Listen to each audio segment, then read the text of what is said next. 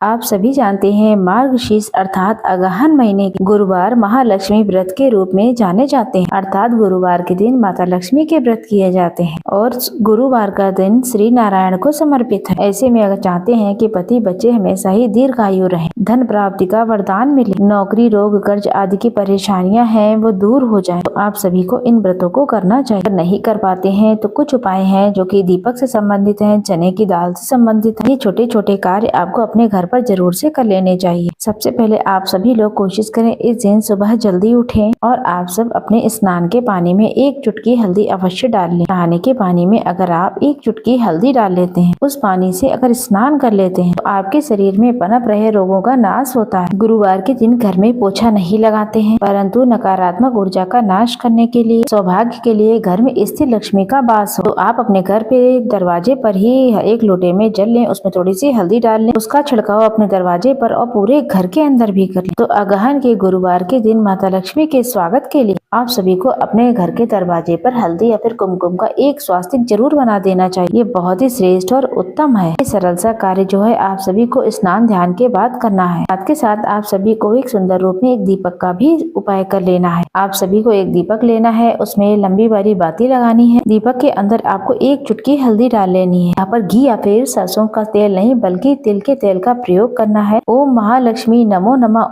ओम श्री विष्णवे नमः कहते हुए अपने घर के दरवाजे के दाहिने हाथ की तरफ 1 चुटकी चावल का आसन देकर माता लक्ष्मी का ध्यान करके आओ माँ हमारे घर में सदा सर्वदा के लिए विराजो, इस तरीके से प्रार्थना करते हुए सुबह ब्रह्म मुहूर्त में और शाम को प्रदोष काल के समय थोड़ा सा चावल का आसन देकर 1 चुटकी हल्दी डालकर लंबा वाला बाती का दीपक लगाएं। ये दीपक आप अपने घर के दरवाजे पर जरूर से प्रज्वलित करें। कुछ नहीं कर सकते हैं, इतना तो करना बहुत ही सही और शुभ रहेगा। ये कार्य सदा सर्वदा अपने घर में खुशियां बनी रहेंगी। कार्य कर लेते हैं तो आपके जीवन में सदा सर्वदा खुशियां बनी रहेंगी। मार्गशीर्ष के बड़े गुरुवार के दिन ये बहुत ही ज्यादा लाभदायक माना गया है। इसके बाद अगर आपके घर में तुलसी है तो उनके पास भी हल्दी कुमकुम समर्पित करें, उनका विधि विधान से पूजन करें।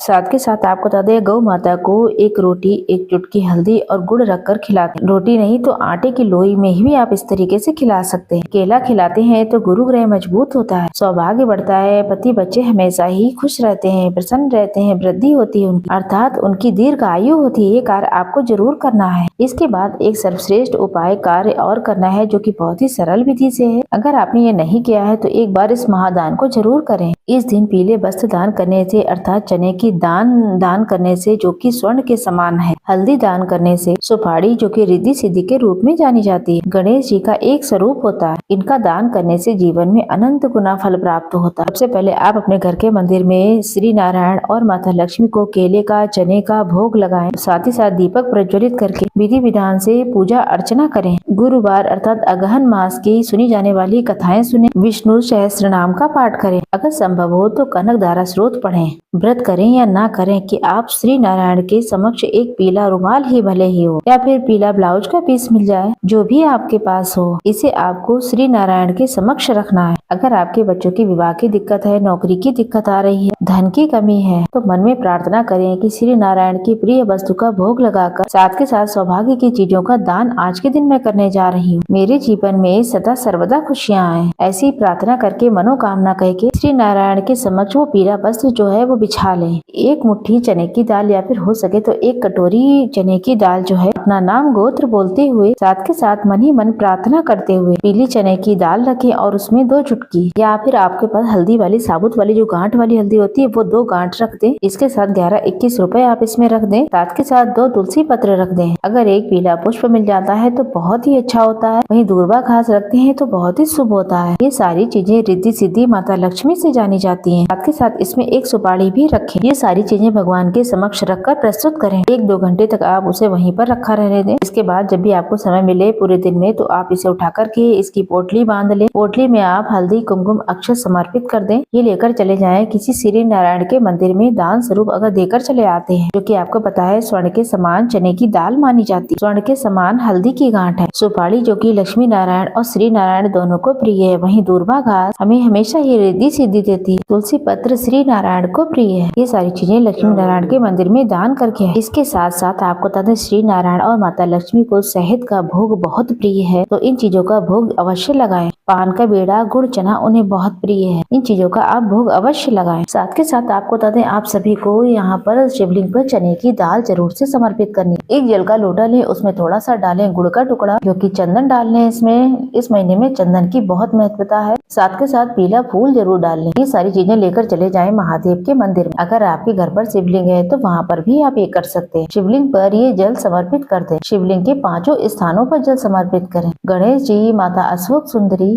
कार्तिकेय भगवान और माता रानी का हस्त कमल, इन सभी जगहों पर जल समर्पित करें। साथ के साथ दीप दान करने के बाद यहाँ पर अपने मन में भाव करें, प्रार्थना करें और सीधे हाथ में चने की दाल लेकर के शिवलिंग पर समर्पित करें और कहें कि मैं स्वर्ण के समान चने की दाल शिवलिंग पर समर्पित कर रही हूँ। जो भी भक्त शिवलिंग पर चने की दाल समर्पित करता है तो उसका जीवन बहुत ही सुंदर श्रेष्ठता के रूप में जाना जाता है। शारीरिक, आर्थिक, मानसिक कष्ट जो है हमेशा हमेशा के लिए मिट जाते हैं और खुशियाँ परिवार में बनी रहती है। ये छोटा सा काम है, आप करके देखिए, आपको लाभ अवश्य मिलेगा। वहीं केले वृक्ष की अच्छे से पूजा करें। कि वृक्ष की जड़ में जो है चने की दाल, हल्दी मिला हुआ जल, गुड़ समर्पित करें।